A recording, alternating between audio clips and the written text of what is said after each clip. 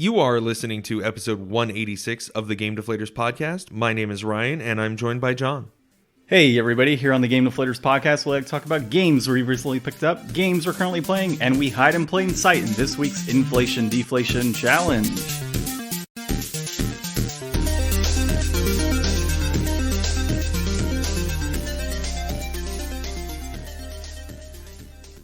I think that went well, Ryan. Yeah, I mean, you know, we flipped the script. We tried to put on the masks and do a little bit of a show. This week we're talking about Kid Chameleon.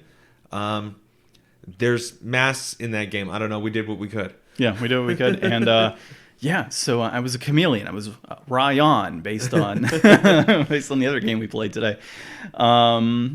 Yeah, interesting. It's so odd. It feels weird. Yeah, I feel totally off. Like we started off on the wrong foot. Oh yeah, this is so bad. We should never do this again. All right, although we've done it before. So should I talk about what I picked up first?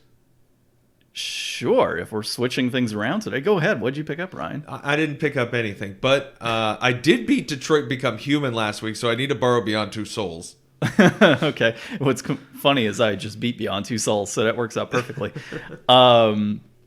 What'd you think of Detroit Becoming Human? You know, I've seen like a couple full playthroughs before, but playing through with my wife this time, it was okay.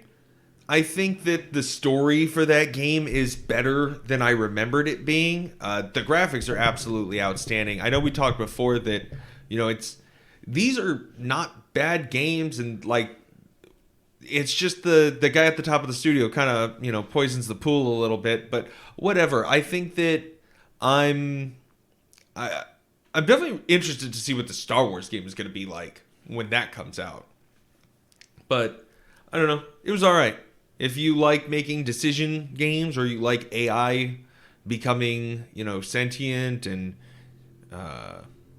computer rights, I guess, this might be the game for you.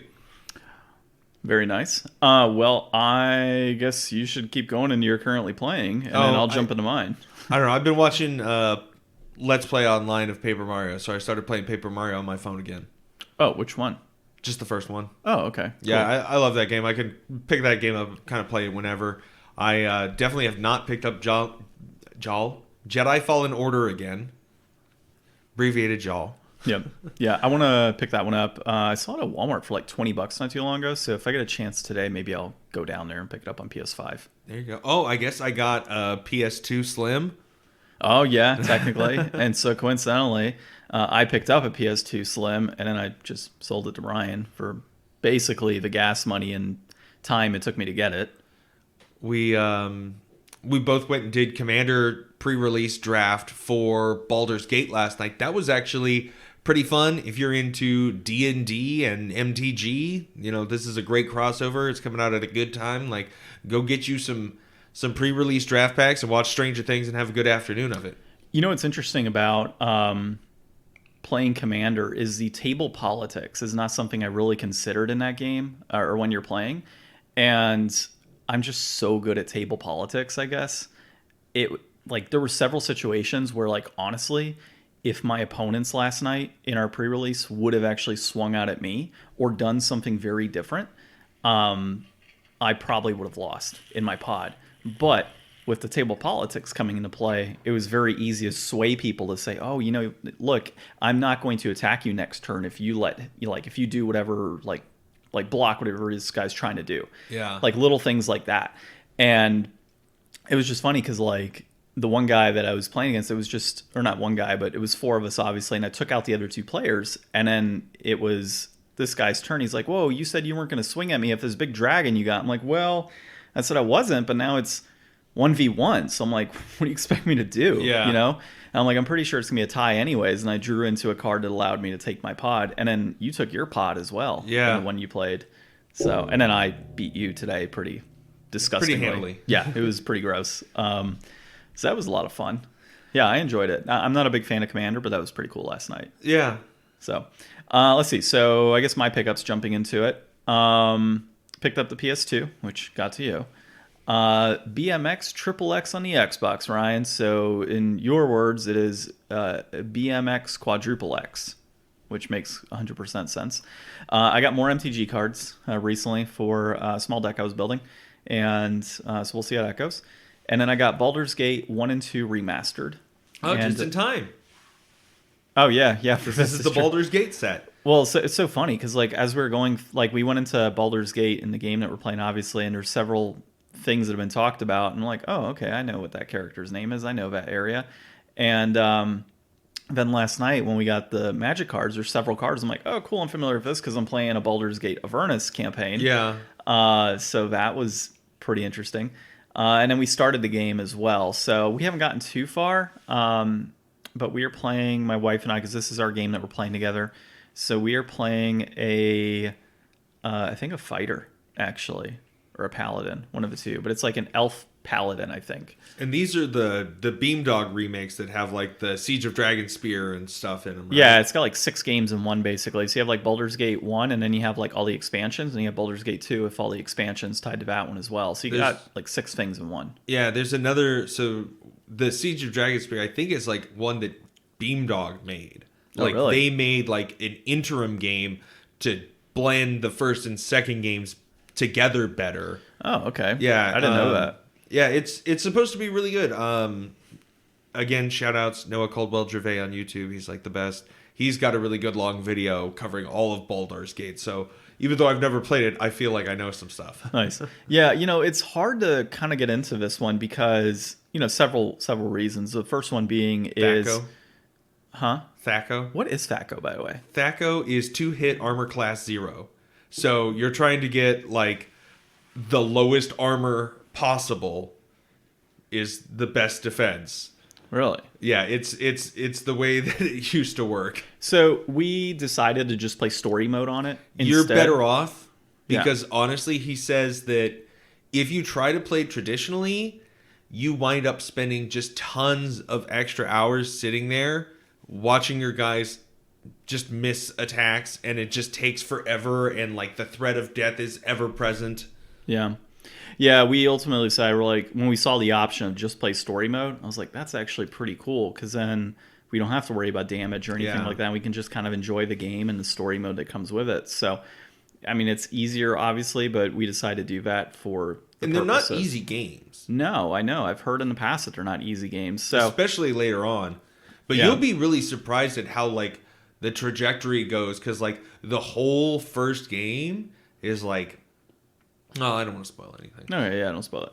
But yeah, so we got that. But, okay, so Thaco, I guess, would be part of it, and the difficulty aspect of it is one issue. But, when I started playing D&D based games like this on PC years ago, I started with Icewind Dale, which is graphically, I think, a little better than Baldur's Gate. And then I played Neverwinter Nights, and we recently beat Neverwinter Nights. So it's just interesting to go from Neverwinter Nights and everything that we experienced with that to jumping into Baldur's Gate. And it's just night and day, man. 100% night and day with what you're doing. And so that's a little difficult. And kind of a little, it's like going from, playing like a PS4 dungeon crawler style game or something with like fantastic graphics, and then picking up the same style of game on like an NES, right? Like, as much as you want to play it on the NES, you're like, dude, this is just like brutal, just because graphically there's no comparison, and material wise, what you're picking up and how you're accessing your toolbars and all that type of stuff is so different.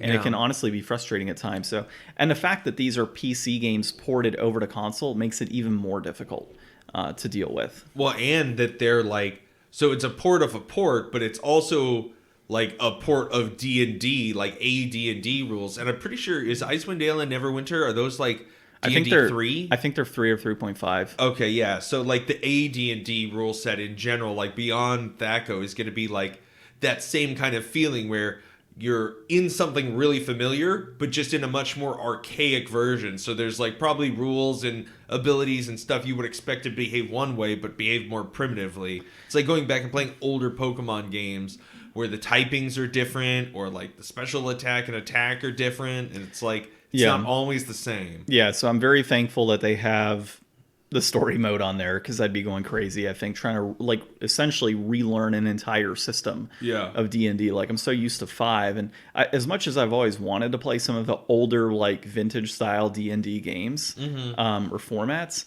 at the same time, like man, that's a huge learning curve. Like it's still a learning curve even on 5e for me right now in IDM. Like there's tons and tons of rules, so it's just it'd be crazy to have to go back that far and do like all of those components within a game itself that's as difficult as it is. So yeah, we picked up that, and I think, that was it as far as that's concerned.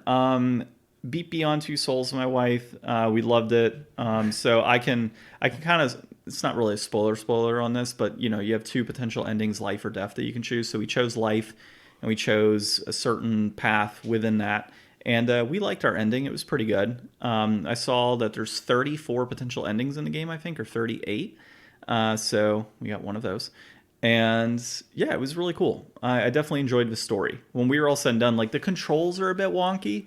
Like that's probably one of the things we didn't like, is like camera angles and controls can be a little weird in how things are handled. But overall, like when we were done, we were pretty impressed with the story altogether.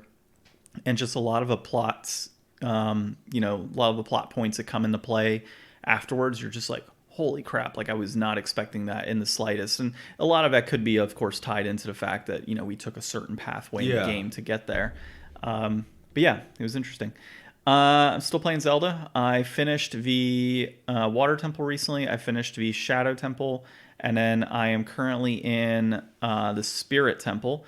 I just finished Kid Link's portion of the Spirit Temple, and then right when you came to the house, I was playing the Adult Link, and I got pretty decently far in that, but I had to save, of course, when you got here, and then turn that off. So they always say Adult Link. How old is Adult Link? That's true. He's probably teenage Link. Yeah, because I'm always like, there's no way that Adult Link, like he's dealing with a lot, but like he's definitely not like paying insurance and doing his taxes and stuff. Like he's got some adulting he could still grow into. Well, I'm pretty sure that they don't have taxes in Hyrule. Well, no, they probably do. But I don't know if he's paying them. Let's see how old Link is. How old is, we'll say young Link. Adult Link. No, we'll say young Link because I don't know. Like Adult Link could be anything. Okay, Ocarina of Time. He is, so he is technically, by default, 17 years old in adult form. And so he is technically adult. And then based on that era, and then he's 10 years old.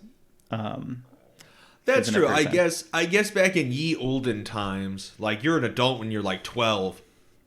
Yeah. I mean, technically, Ryan, he was born February 21st, 1986, and I am playing in 2022. So by default, Link is currently 36 years old.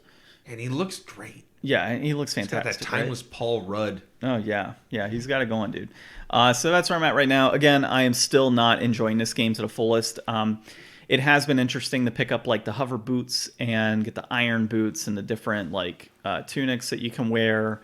Having the great sword and the shield and all these different like special things, and going back in time and using the Ocarina is very nice because I can kind of flip to different locations pretty quickly. Mm-hmm. So it's like, cool, I want to go to Temple Time. Oh, I want to go to Spirit Temple. Let me just play my Ocarina and get there. Fast travel. Yeah, so I like the fast travel component, which is very nice because at first in the game, it's just brutal to have to like run to and from certain areas. So now that I have the ability to do more fast travel than I was before, is fantastic.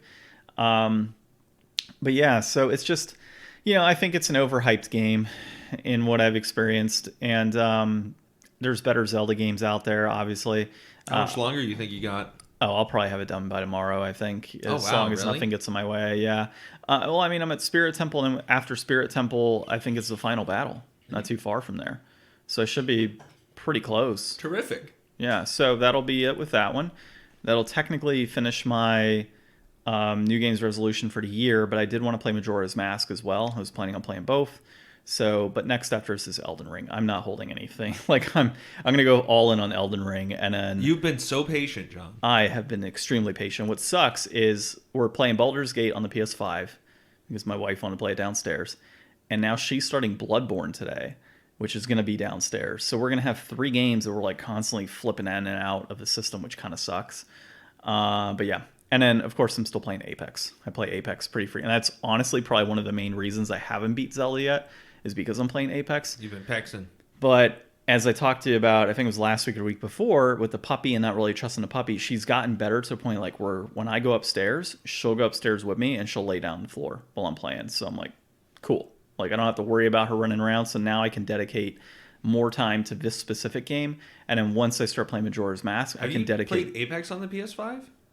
Yeah, that's usually what I play it on. Okay. And I noticed my PS5 controller started drifting the other day. Really? Yeah, like right away. I was in the middle of an Apex game. My character was moving forward. So I got to see if there's like a PS5. I'll probably check it now. But if there's a PS5 like drift issue that's going on. It could be like, I don't know, maybe just do like a software update or something on your... Maybe. I mean, honestly, with a control that new, it shouldn't be happening. Yeah, maybe you just have to go in and like recalibrate it or something. Apparently there is drift on the PS5. Dang. Yeah. It says you can go into controller settings and reduce a trigger effect intensity. That's one thing apparently. But like, yeah, it says fully updated, clean the controller. I don't know why I would have to clean the controller because it's like almost brand new. So we'll see what happens. I don't want to have to take it apart because you know how that's going to end up, right? Yeah, I've tried taking apart PS3 controllers before, and that it doesn't look really like it's fix. Yeah, it doesn't look like it's that hard though.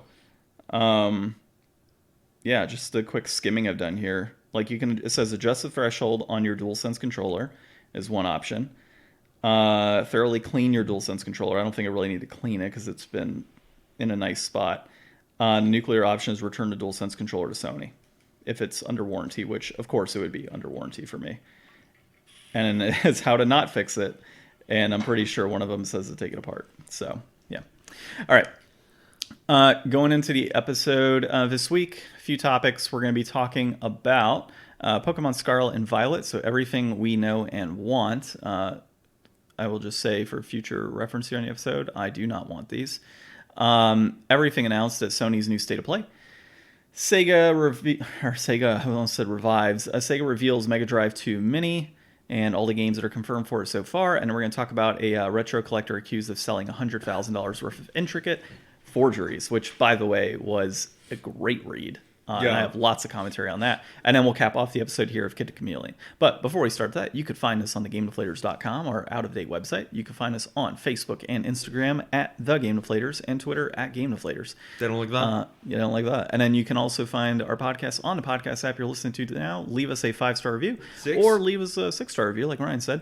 Or you could also find us on any other podcast if you don't like the one you're on right now, as far as application. Okay.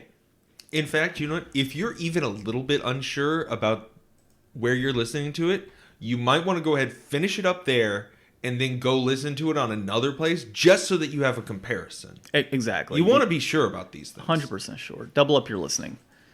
All right, so everybody went bananas this week for Lechonk. Did you see Lechonk? Do you love Lechonk? I saw that there are memes with Lechonk. Everybody wants Lechonk. So, Pokemon Scarlet and Violet, we got a trailer.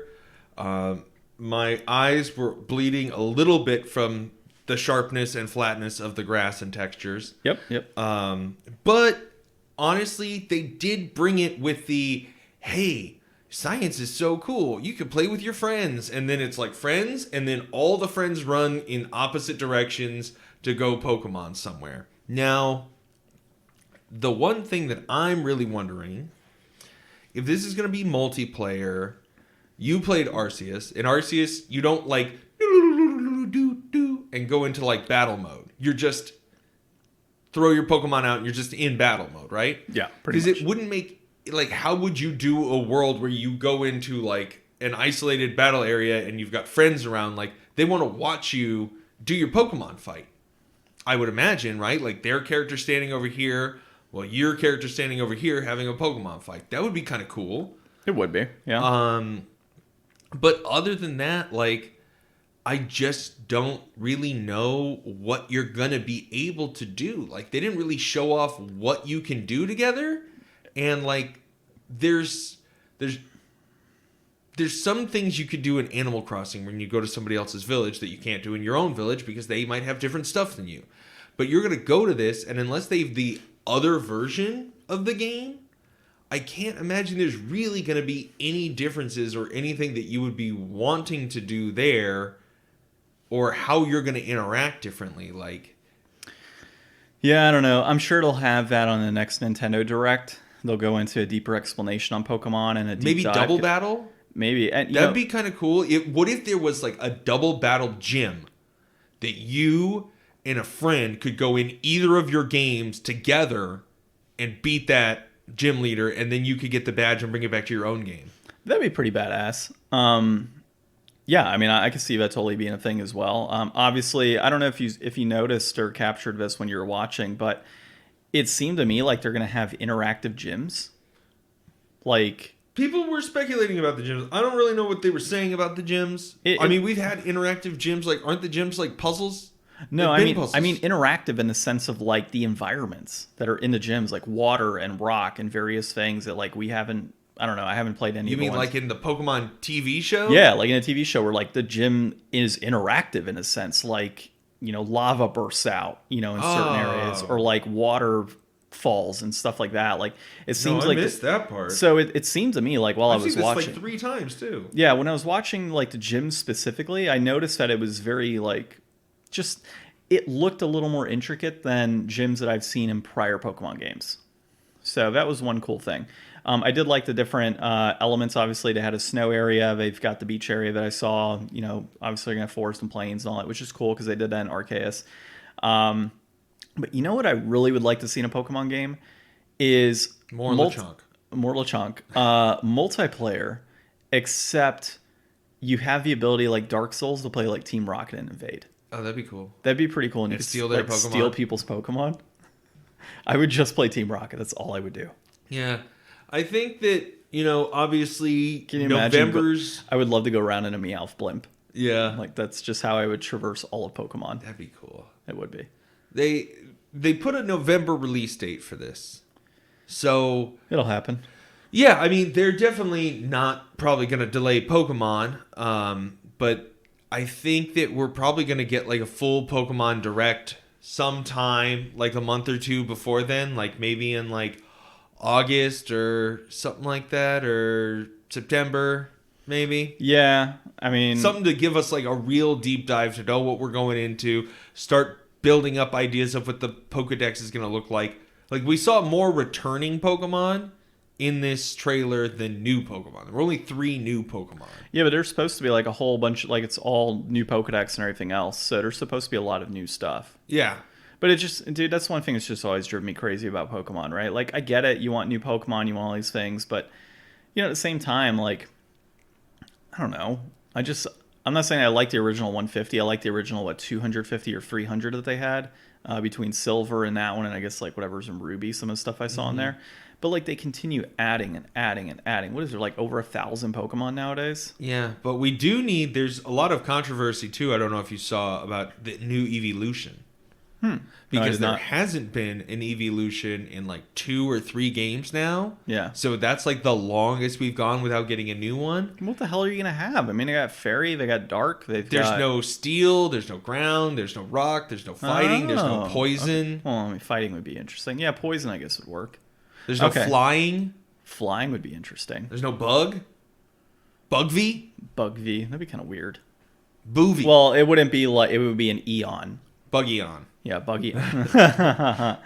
Caterpillar. Just like this cute, like, little Eevee, but with this, like, terrifying pincers and, like, ant eyes. There's no... It's like the Fly. There's no tentacruel Eevee either. Can you imagine that? Just, like, a bunch of tentacles coming out of its face, like, what do you call it? Like a Mind Flayer? Yeah. Mind Flayer Eevee. That'd be disgusting. So, there's lots of stuff to do there. But I guess in the new Pokemon series, there's like an Eevee in Ash's friends party or something, and they're like, I don't know if this is going to evolve or not.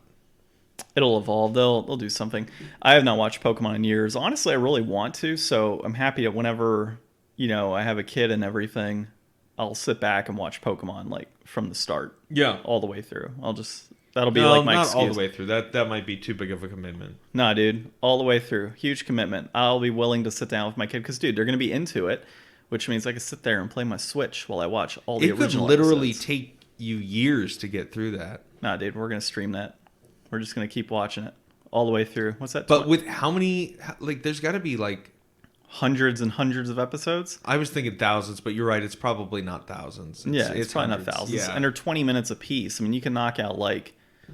I was thinking about like if there's that many individual Pokemon, there's got to be like 8 times that many episodes. Yeah, it'd be pretty brutal. Yeah, no, at some point I'll be watching it again. My wife's wanted to watch it for a long time too. We saw like the original episodes all the way into the Orange Islands or whatever. Yeah. Where I think it's Tracy. Yeah. Is the name of that character. And like Brock goes away and all that. And they bring in Tracy and you have Lapras and all that good stuff. We watched up to that point. And obviously I saw a lot of episodes post-VAT growing up. But I can't find anywhere to streams it. Like, yeah, it's just such a pain in the ass. Like, I can find places to stream it. Like, that wouldn't be a big deal. Yeah. But it's more so like the convenience of having it on a TV is kind of nice. Yeah, I think I might see if somebody could just download it for me, like all of them, and I'll Plex it or something. I think it was like 2 or 3 years ago I went through and I watched all of the movies that I hadn't seen. Gotcha. And man, there's a certain point where those movies just go straight off a cliff, and you're just like, I don't even know what this guy's problem is, but Ash is going to beat him in the end. Yeah. I really need to do or finish Dragon Ball in that respect. Like Dragon Ball GT is the one I'm on right now. I never did finish that, and then that'll at least open me up to some of the newer stuff. So I'm in the same kind of predicament. All right. So, all right, next. Next up, everything announced at Sony's new State of Play. We got a bunch of big announcements this week. Did you cover, by the way, Steve Watts at GameSpot in the last article? No, I didn't. Okay, cool. So and this one is Nicole Carpenter at Polygon. Okay. I've got my list open. So we started off with the best of the best that I am so excited for. Resident Evil 4 Remake. Best game of all time. It's about to get even better, folks. This man's going to play it for like the 5th time. No, like 10th time. Oh, yeah, I played this way more than that. Oh, wow. Yeah, I played this game 3 times back-to-back one day. That's insane. Yeah. And I wasn't like speedrunning or anything like that. That would be a fun game to try that. Is it that short? Yeah, dude. Like I was able to like kind of like rush through with like unlimited ammo weapon in like 5.5 hours or 6 hours, maybe. Damn. Okay. Yeah. So like if you were really booking it, you'd be able to go through no problem. Gotcha. Let's see. Then they're doing Resident Evil 8 for VR, which that'll be freaking amazing, I'm sure. Well, and I think Resident Evil 4 VR also is coming out. Like there's some components to it. I don't know, because 4 is not first person. 7 and 8 are. Resident Evil 4 and Resident Evil Village have PlayStation VR 2 content in development, according to the State Play broadcast. Okay, so maybe they'll make like a new side game, or maybe they'll make Project Ada or something. Guess VR, we'll find out. That would be cool. Yeah. Horizon Forbidden West, a bunch of new free updates or something came out for that, plus the Call of the Mountain trailer, which looked pretty good, honestly.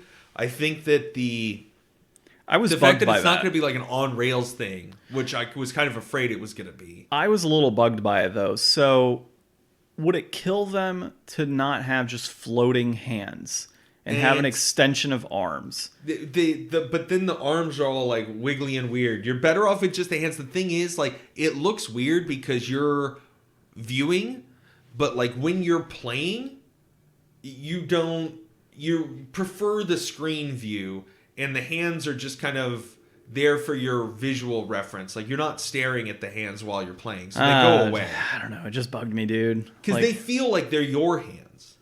No, I know. But it's just like, it gets cut off at the wrist. I'm like, could you not have put it up to like the forearm? You know, like the forearm's not going to necessarily move around. Like, you'll have some wrist movement. But like, it just makes the angles look weird. Like, because if you have the hand like this, and then the arm is coming straight back at you, it looks way worse than anything else that they could do. Like, there's no way to justify in your mind it coming from in front of you, but you being able to do all kinds of weird stuff. Like, what if you took the controller and brought it over there?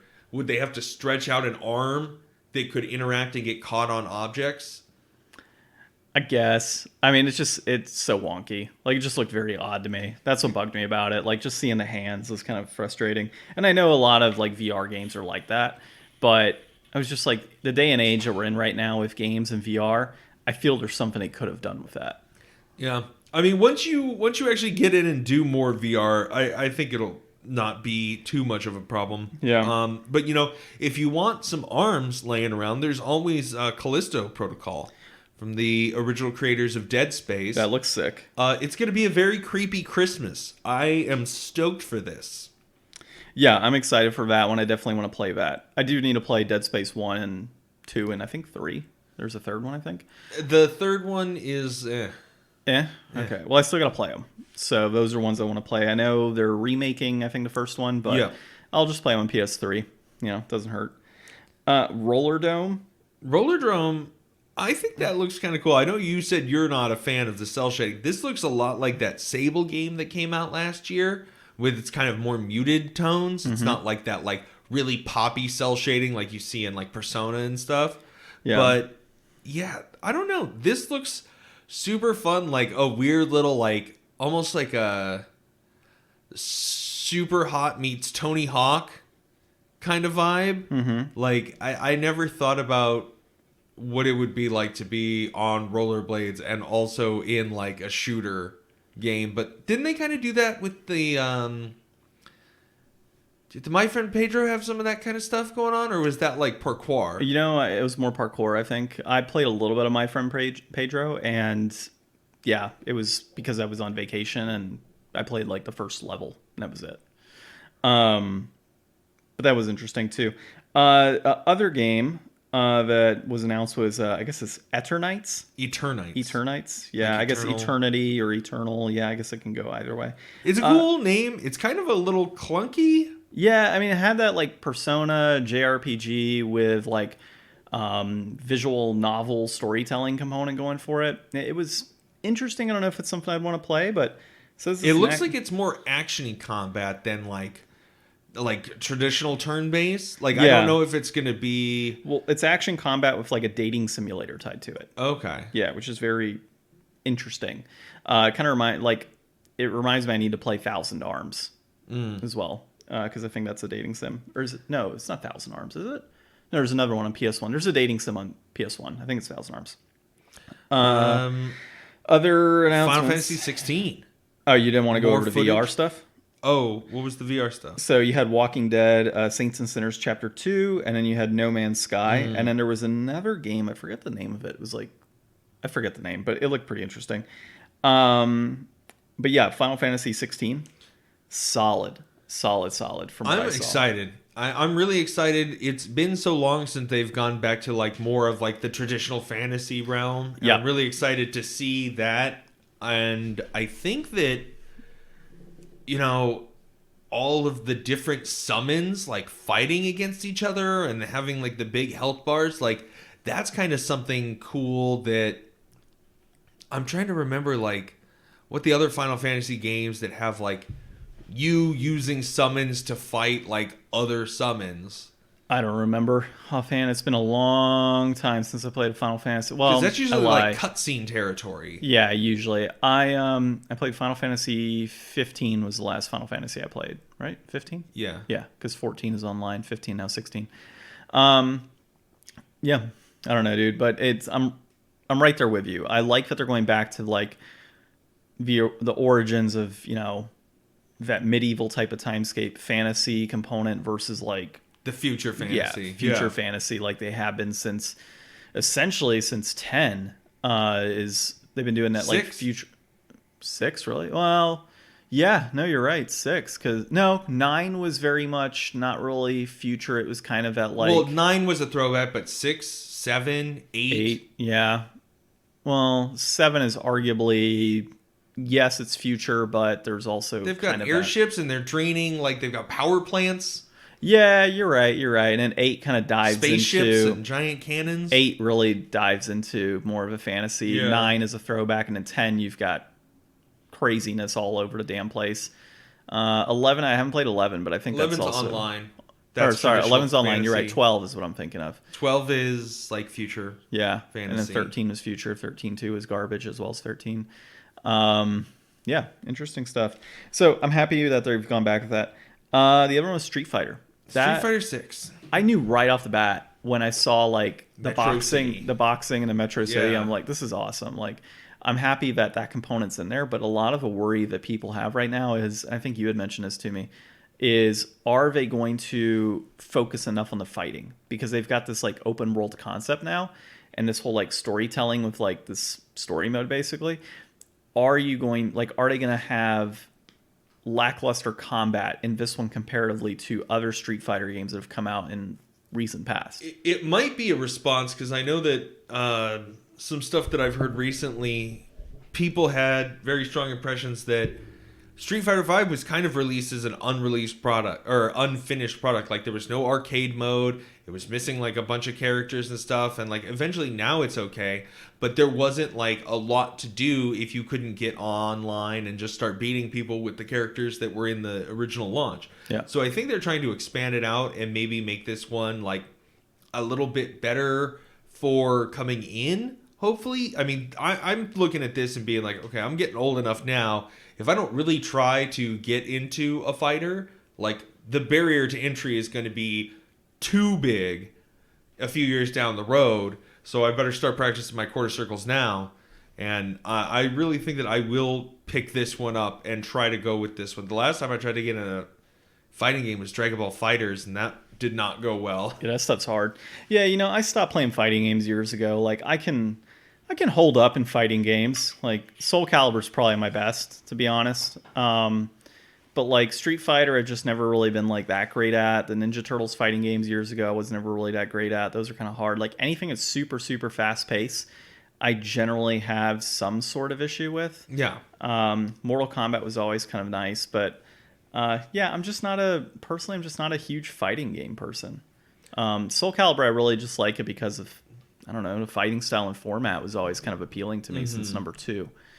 Let's see, what else did we have on here? So last up, our Tunic is coming to PlayStation, so its exclusivity is over. Well, it was timed, yeah, and we already knew that. That's a fantastic game, though. I know. I was showing my wife while it was while we were watching it. I'm like, we're gonna play this one together. It's hard. Season, a letter to the future, coming to PlayStation. It looked like something I would play. I like to be the honest. graphics. Yeah, it was interesting. Like I guess those graphics are okay for me. It does have that sort of. This wasn't really cel shaded, I guess. It looked interesting. It looked like it was more focused on really story. Doing. Yeah, it looked like it was just mainly story focused. Like you're just going through this person's like life. Yeah. I don't know enough about that game, but it did seem interesting. Stray, Stray's blowing up the internet. All pumped for, dude. People want the cats. Dude, I've been wanting Stray since it was first announced, and it's definitely like if there is a collector's edition of Stray, I will pick up a collector's edition of Stray. So I need to look at that. I did notice this. This PlayStation 4 and PlayStation 5. PlayStation Plus members will get it for no cost extra. Yeah, apparently. It's going to be like a day one release. Yeah, I'm stoked. So that one I'm really excited about.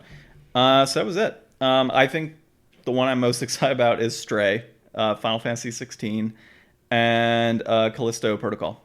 Yeah, I'm definitely going to go Resident Evil, and then Callisto, and then maybe Street Fighter. Yeah. Oh, and then we didn't mention Spider-Man Remastered coming to PC. Yeah. Which we talked about last week. PC games are being pushed or PlayStation games are being pushed to PC, and Sony sees a huge majority, or not a majority, but a lot of their games going to PC moving forward. All right. Next up, Sega reveals Mega Drive Mini 2, and here are some of the games that are confirmed for it. And I'm telling you right now that this thing, right now they're saying that it's not even confirmed to be coming out in the US. If it is, you can probably find it at a Staples near you. Sega's been doing these mini consoles forever, but not in like a good fun way. Like, I guess that there wasn't really anything good or fun about how Nintendo short-sailed everything by not making enough and then turning around later. Yeah. And the PlayStation one was garbage. Your TurboGrafx Mini is still probably the best one. I would agree. Here's the thing. If this comes out, it says Japan right now, but if it comes out anywhere else, because the Mega Drive was a basically PAL region name, right? We didn't have Mega Drive in the US. It was Sega's, Sega Genesis and Sega CD and all that good stuff.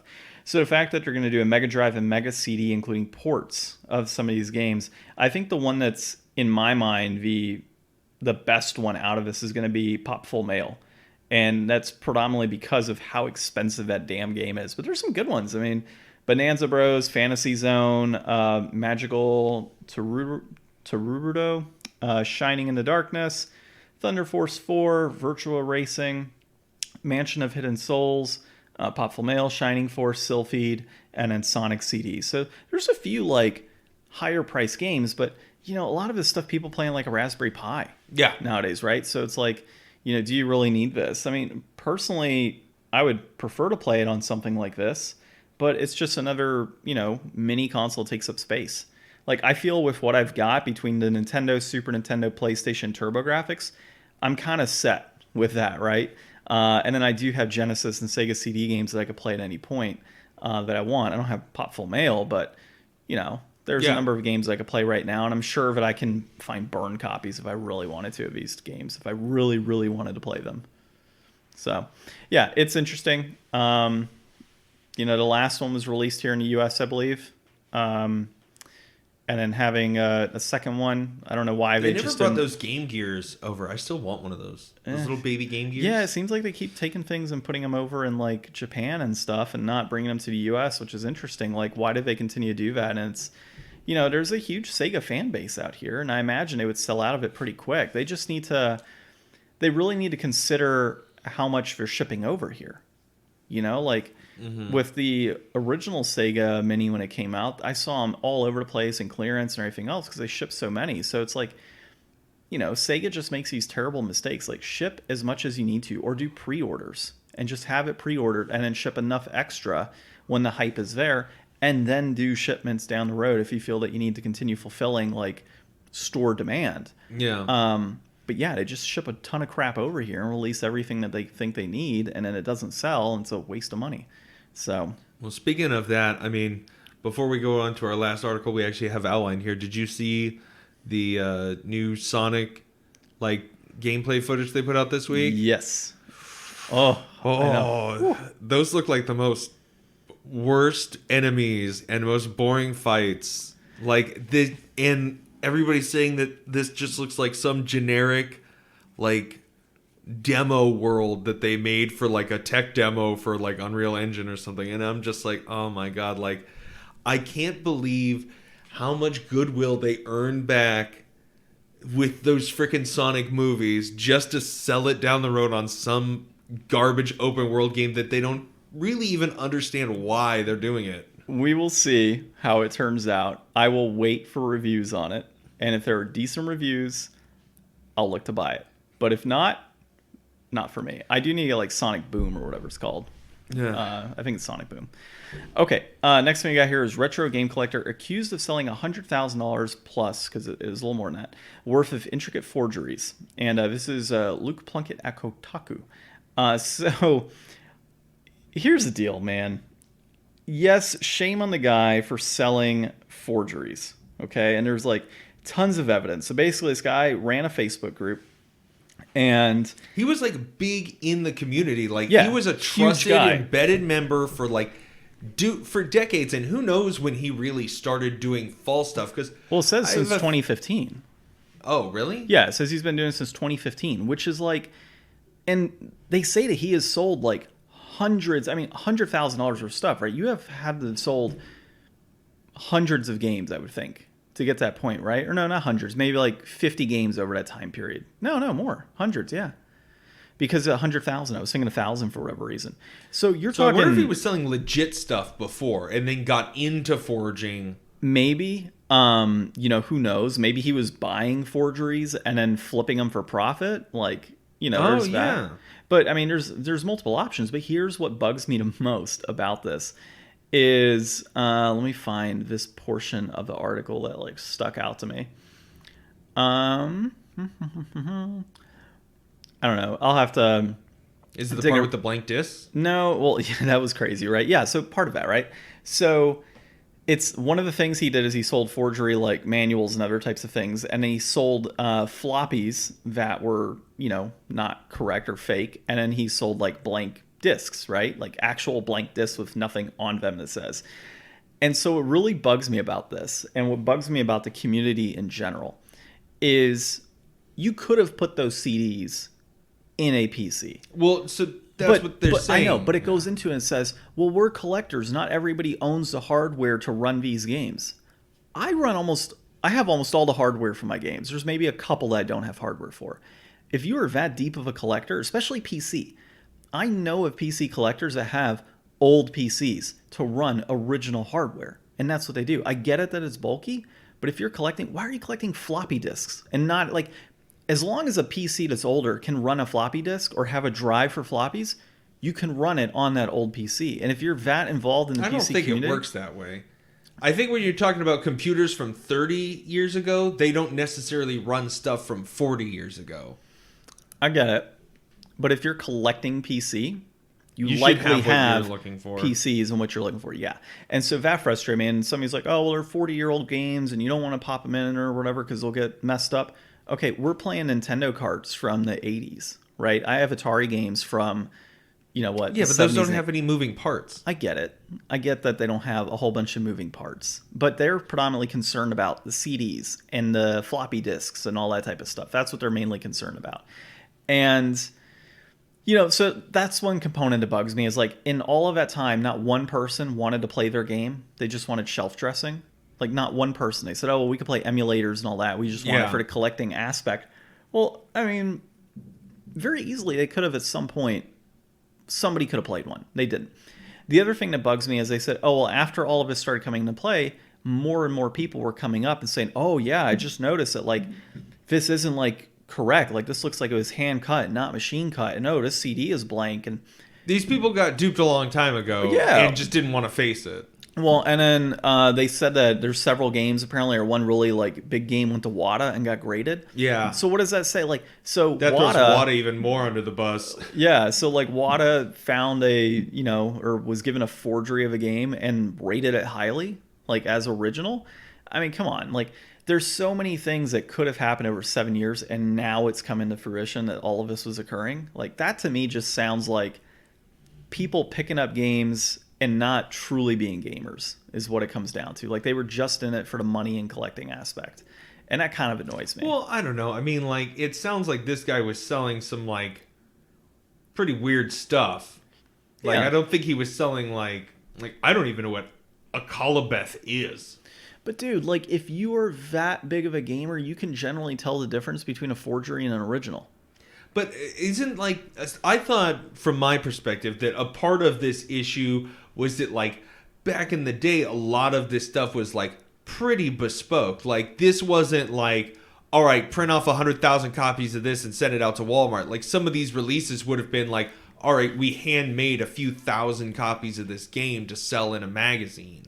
I don't know. A lot of it. I mean, a lot of those, I'm sure, you're right. It's not like 100,000 or a million copies, whatever it may be. But I can't see people hand making a lot of his stuff unless it's like originals, which you're talking at that point, like comparing it to paintings, essentially, right? I guess hand making wasn't the term, but like small production. But like you can tell the difference between modern day printing and printing from 40 years ago. Like there's a substantial difference. They were saying there's in like a dot matrix pattern or something on a lot of the stickers. Tell. Like, dude, I'm sure if I was handed a bunch of games from like 40 years ago and handed the same things as forgeries, I would be able to personally tell a lot of those right off the bat. Yeah. It's just, unless they were that good at forgeries, which at that point, if you paid top dollar, like that sucks.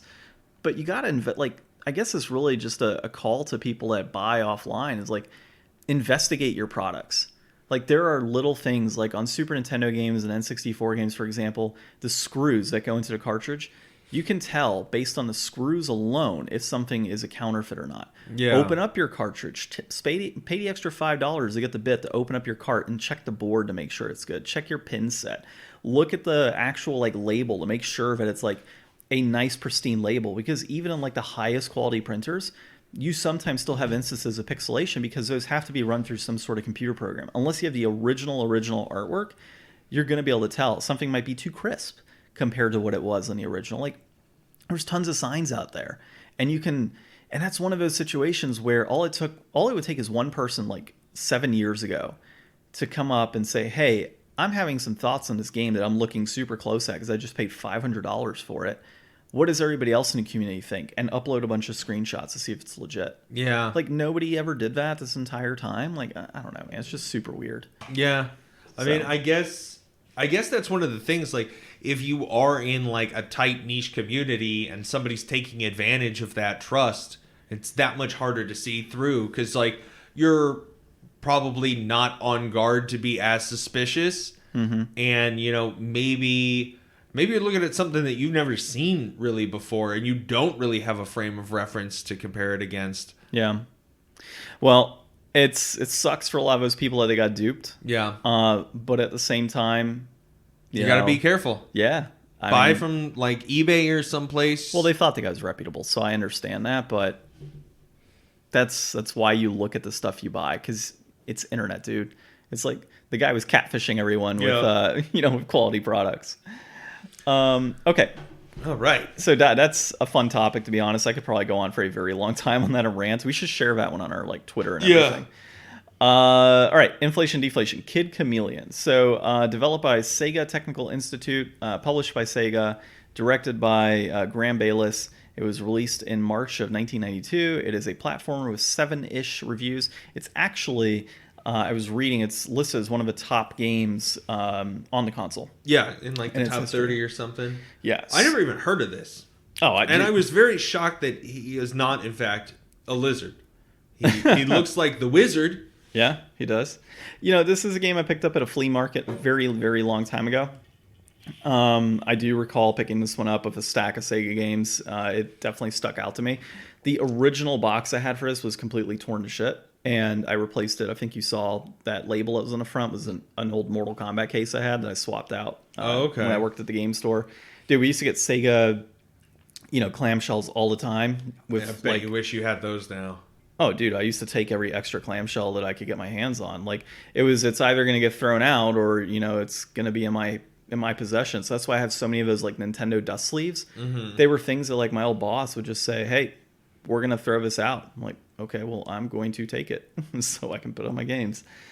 I'll start really quick. My opinion on this game, I enjoyed it. Looking at its overall, like, history, in a sense, or really the plot, is you get sucked into a game to try and, there's, like, this virtual boss, essentially, virtual reality boss. It's like sucking in kids into the game and abducting them, and you go in as your character to save those kids from abduction, essentially. You get isekai'd. Yeah, so you essentially, when you go into the game, you have various, like, you turn into a chameleon. You have different masks that you can put on. So in the first one, you have, like, a knight, and then you have a samurai. We had a rhino. Splatterhouse guy. Yes, Splatterhouse guy, which is pretty much Splatterhouse guy without the chainsaw. Yeah, tank guy, like tons and tons of stuff. If we were a girl, we could say tank girl, but I guess not. So you go into these various platforming levels to do that. I thought that the controls are super fluid in that component or that aspect. Each level... So smooth, except for that one level where I kept sliding over the top.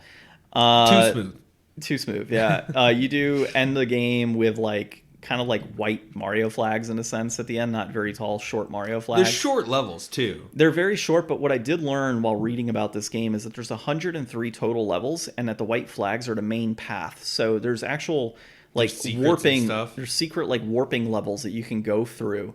And they're, I forget the name. I don't have it offhand. It's like Otherworld, I think is what it's called. I might have, or Elseworld. Let me just really quickly look it up because I want to cover that part. But so you have like all of these multiple paths that you can go through in the game, and there's like 34 or so levels, or like half the levels, sorry, are this like main path, and then you have these like other worlds that you can kind of go to. That's cool. I mean, they had a lot of competition back then, so Elsewhere. That's what Elsewhere. Yeah. Trying to make new platforming icons and stuff, and being able to vary it up. I think this game does a lot to set itself aside with like the different kind of controls that you get through the different, like, you turn into the knight. The knight doesn't have a sword. The knight's like heavy. He can't land on blocks because he'll just plow through them, and then he can like scuttle up a wall. And then the samurai has like a samurai sword. I don't know. He probably does some other stuff. There was like a tank. And I think that these little bits of, like, you tell the enthusiasm on the back of the box, the way they write it, they were really trying to be like, different powers make you do different things, and like use those as your, method to sell this as, thrilling and exciting and being very different. It kind of reminds me of like, I always feel like Mario's powers are always still Mario, but in this it's like the chameleon thing, like he's becoming these other characters and it's in a virtual world. It's not like you're just like the same kid but with a sword now. You're like supposed to be like a whole different character. Well, and it's all on a level by level basis, which is pretty cool, and I do like that aspect. I mean, we didn't get super deep. We probably went through like the first 4 or 5 levels essentially. Given that and that was main path. I looked and said 32 levels, so I guess we finished an eighth of the game essentially today. And like you said, they're super short. You can go through all these different path points if you really wanted to. But I do like, the ability to change into it. It freshens it up, man. Like it allows you to like really take a different view of the game. And I would say that the enemies that we interacted with were pretty cool because it was based on the character you were playing or that skin. So there's like certain enemies that like you wouldn't really have been able to, like the rock golems that we faced initially in like level 2.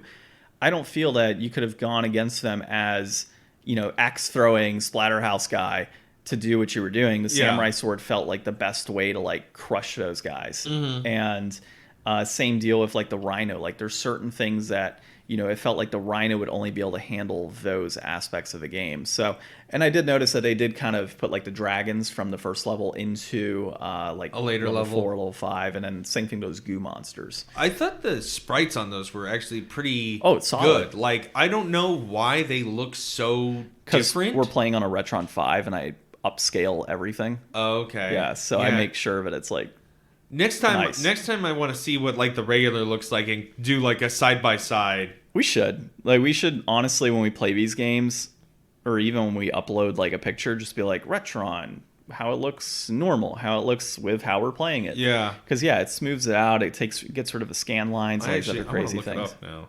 Yeah. So really quick, just my final piece on here. Sprite work was great. Music was fun. I did like the actual platforming itself. I thought was good. The actual chameleon components and switching things around is great. Controls are great. Enemies are great. Oh, cow. Wow. It looks totally different without the upscaling and stuff. No, for sure. That's why I like playing on a Retron here. I liked a lot of the aspects of this game. Complete in box is sitting at $33.26. It peaked at $37 in February of this year. It's trending up. A loose copy runs at $14.90. That peaked at $17.21 in May of 2021, and that is also trending up. This is a very gettable game. Yeah, no, for sure. Like, that shocks me. Just seeing that right now shocks me as to how cheap this game is. And this being, like, around, like, a 7 out of 10, being for, how expensive is the console? Segas are kind of pricey, but, you can get yourself a third-party Sega, like, a third-party console to play Sega. Did we do Genesis? What do you mean? For starter kit? We did. I don't think this game was on there, actually. Yeah. And it should be. I will say that this game I don't know. is also... For $15, I don't think I would have thrown it on my list. Yeah. Well, this game can also be found on multiple consoles, so it was re-released digitally a few times. It was on some of the Sega collectors, or not Sega collectors, but Sega collections. So I think PS2 specifically has this one on there. So there's multiple ways to play this game. You don't necessarily need to buy the original. But Ryan, with that said, $14.90 for a loose copy of this game. I would pay $15 for sure on a loose copy of this game if I didn't care about, complete in box. But even complete in box at $33.26, that's still very gettable. I think that's still, for this game, a very good price point. And I would pick it up. I would say it's just right. Almost deflated, actually, on the complete in box, because I think there's a lot of great games out there. Well, and it was more $4 higher just a couple months ago. Yeah. So anything under 35 is totally fair. Yeah. I would say deflated on complete in box and then just right on loose. So maybe we just say just right this week on this one. Sounds good. I think so. Do you have any other thoughts on the game? I just wish it was a reptile. I would say as far as that 7-ish is concerned, I would actually put this more at an 8 out of 10. I went with 7-ish because there was mostly 8s and one like 60 something. Yeah, and so I think it's more in 8 rounds. 8 out of 10 would be my guess. For a personal rating, that's where I put it as 8 out of 10. So Kid Chameleon, go get it, put it in your collection. It's gonna get more expensive over time, I guarantee. Oh yeah, for sure. Yeah, definitely a good one. So next week we are going to be reviewing Mischief Makers on the N64. Mischief. So that should be pretty fun. So we'll dive into that and all of the goodies that are tied to Mischief Makers. So until next week, my name's Ryan. I'm John. Thanks for listening.